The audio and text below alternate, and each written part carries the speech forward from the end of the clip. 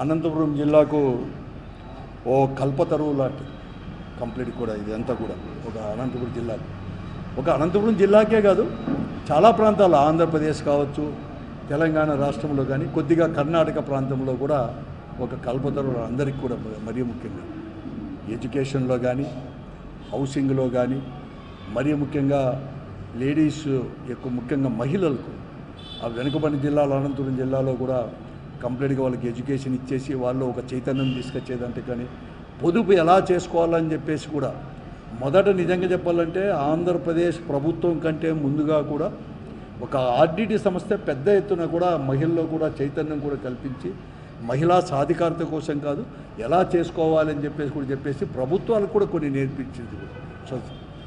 అటువంటి సంస్థ అనేకం కూడా ఈరోజు కాదు, ఒకప్పుడు 67, 68, 69లో ఆర్డిటి సంస్థ అనేది కూడా ఇక్కడ తీసుకొని వచ్చినప్పుడు ఫెర్రర్ గారు ఇక్కడ తీసుకొని స్థాపించి ఒక స్వచ్ఛంద సంస్థ చేపించినప్పుడు గోబ్యాక్ అనిన వారే చాలామంది వారు చేసే ఒక స్వచ్ఛందంగా ఒక కమిట్మెంట్తో చేసే అభివృద్ధి విషయంలో కానీ, మరీ ముఖ్యంగా హౌసింగ్ ఇవన్నీ చేసే వెనుకబడిన వారికి అంటే ఎస్సీ, ఎస్టీ, బీసీ వాళ్ళందరికీ తీసుకొచ్చే దాంట్లో కూడా ఒక పెద్ద కూడా ఒక అందరి ప్రజల్లో కూడా ముద్ర అనేది కూడా వేసుకుంది. అటువంటి సంస్థ ఈరోజు కూడా మా చేత కాదు, మరీ ముఖ్యంగా మెడికల్ సైడ్ కూడా ఈరోజు బత్తలపల్లి కానీ, కళ్యాణదుర్గ్ కానీ, కనేకల్ దగ్గర కానీ ఇవన్నీ అనేకం కూడా తర్వాత పిల్లవాళ్ళకు బయట కూడా చదువుకోవాలని చెప్పినా కూడా తర్వాత బెంగళూరు కానీ హైదరాబాద్లో కూడా కార్పొరేట్ హాస్పిటల్లో కూడా ఇంకా ఆరోగ్యశ్రీ అనేది కూడా పెట్టకమునిపే ఏదైనా కానీ అక్కడ పోయి కార్పొరేట్ హాస్పిటల్లో ఈ రాష్ట్రంలో రాజశేఖర్ గారు ముఖ్యమంత్రి అయినాకనే ఆరోగ్యశ్రీ పెట్టింది. అంతకంటే మునిపే ఈరోజు ఏదైనా కానీ హాస్పిటల్లో పెద్ద హాస్పిటల్కి పోవాలంటే వారికి బిల్లులు ఇచ్చే దాంట్లో కూడా చేదోడు వాదోడు కూడా ఉండేసి కూడా పేదలకు ముఖ్యంగా కూడా ఆర్టీసీ సంస్థ కూడా చేసింది. కానీ ఈరోజు కేంద్ర ప్రభుత్వం అనుసరిస్తున్న ధోరణిలో ఎక్కడ కానీ ఈ FCRA ఇవన్నీ కూడా మళ్ళీ కూడా రెన్యూల్ చేసే దాంట్లో కూడా వాళ్ళు కంప్లీట్గా ఆలస్యం చేస్తూ ఎన్నికల సమయంలో అంటే ఏదైతే ఎన్నికల ముందు ఒక 2-3 నెలల ముందు కూడా కోడ్ అనేది కూడా వచ్చిన తర్వాత ఎన్నికల ముందు కూడా దాన్ని పెండింగ్ పెట్టి ఆ తర్వాత ఈ 11 నెలల్లో కూడా అవన్నీ తీసుకొని రాకుంటే ఈరోజు ఫారెన్ నుంచి వచ్చే నిధులన్నీ కూడా ఎక్కడెక్కడికి నిలిచిపోయి ఈరోజు మేము సంస్థనే మూసేస్తామని చెప్పేసి మామూలుగా ప్రతి సంవత్సరం కూడా కార్పొరేట్ స్కూళ్ళల్లో కూడా మెరిట్ స్టూడెంట్స్, పేద విద్యార్థులు, మెరిట్ స్టూడెంట్స్ ముఖ్యంగా వెనుకబడిన కులాల వాళ్ళ కోసం వారి కోసం కూడా పరీక్ష నిర్వహించి మెరిట్లో ఉండే వారికి కూడా వారి చదువు కూడా ఇతరులకి కూడా సాయం చేసే వాళ్ళు కూడా మేము అది కూడా చేయలేమనే పరిస్థితికి ఈరోజు వచ్చేసింది. నేను రాష్ట్ర ప్రభుత్వానికి, కేంద్ర ప్రభుత్వానికి నేను మనవి చేశాను. మీరు కేంద్ర ప్రభుత్వం కూడా ఈరోజు కూడా మీరు అనేక దాంతో ఇతర ఫారెన్లతో కూడా మనకి అనేకమైన అగ్రిమెంట్లు కూడా చేసుకుంటారు.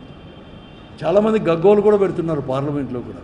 మీరు చేసుకున్న అగ్రిమెంట్లు దేశ భద్రతకే ముప్పన్నా కూడా మీరు అమెరికా లాంటి దేశాల్లో వాళ్ళతో కూడా మీరు తీసుకున్నారు.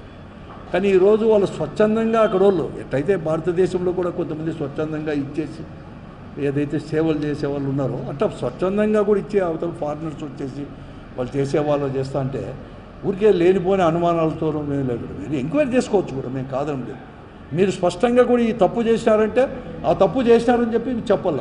అవన్నీ చెప్పుకోకుండా ఈరోజు అన్ని సంస్థలతో పాటు ఇన్ని సంవత్సరాలుగా సేవలు చేస్తున్న ఈ ఆర్డిటి సంస్థల్లో కూడా మీరు తీసుకొని వచ్చి FCRA కూడా మీరు రిజిస్టర్ అనేది కూడా మళ్ళీ కూడా రెన్యూల్ చేయకుండా నిలబడిన దానివల్ల కూడా చాలా కూడా పెద్ద ఎత్తున ఉంది.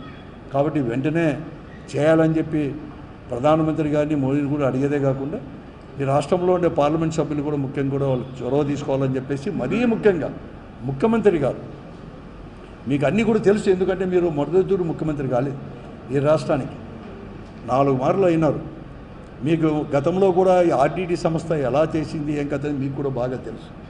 కాబట్టి మీరు ముఖ్యమంత్రి గారు, మీరు ఇక్కడ భాగస్వామ్యం, మీ వాళ్ళు బీజేపీ వాళ్ళు భాగస్వాములు ఉన్నారు, పైన కూడా మీరు భాగస్వామ్యం అనేది కూడా మీరు కూడా ఉన్నారు, మీ ప్రభుత్వంలోనే భాగస్వామ్యం కూడా వహిస్తున్నారు తెలుగుదేశం పార్టీను వీళ్ళందరూ కూడా.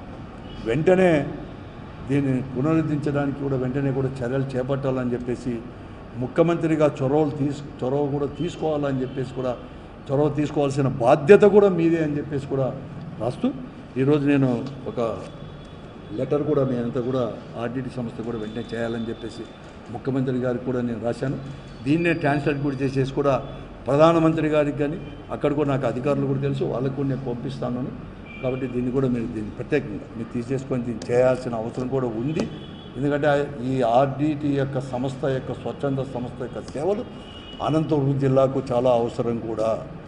మీరు వారిపైన ఏమైనా కానీ అనుమానాలు ఉంటే మీరు చాలా స్పష్టంగా చెప్పాల్సిన బాధ్యత కేంద్ర ప్రభుత్వం పైన ఉంది. అవి చెప్పుకోకుండా కేవలము ఇవి మాత్రమే ఎఫ్సిఆర్ఏ మాత్రం మళ్ళీ కూడా మీరు రీవాల్యూస్ చేయకోకుండా మీరు పక్కన పెట్టుకోవడం అనేది చాలా కూడా ఈ జిల్లాకు వెనుకబడిన ప్రాంతాలకు, ఆంధ్ర రాష్ట్రంలో వెనుకబడిన ప్రాంతాలకు వాళ్ళు చేస్తే ఎక్కడికి ఏ జిల్లాలో ఎక్కడ చేస్తున్నారో ఆ సేవలకు ఆంధ్ర కానీ తెలంగాణ కానీ కర్ణాటక కానీ చేసే వాళ్ళందరూ కూడా ఈవెన్ మహారాష్ట్రలో కూడా చేస్తున్నారు. అన్ని దాళ్ళు కూడా పెద్ద ఎత్తున కూడా మీరు దెబ్బతీసినట్లే కాబట్టి వెంటనే తీసుకోవాలని చెప్పేసి చంద్రబాబు నాయుడు గారిని, ముఖ్యమంత్రి గారిని కూడా ప్రత్యేకమైన చొరవ తీసుకొని ఇంకా ఆలస్యం కూడా కాకూడదు. ఇది కాకూడదు. ఒక 4-5 రోజుల్లోనే ఈ వారం లోపలే కూడా ఒప్పించేసి దీన్ని వెంటనే కూడా చేయాల్సిన బాధ్యత ముఖ్యమంత్రిగా మీదే బాధ్యత అని కూడా మేము చెప్తూ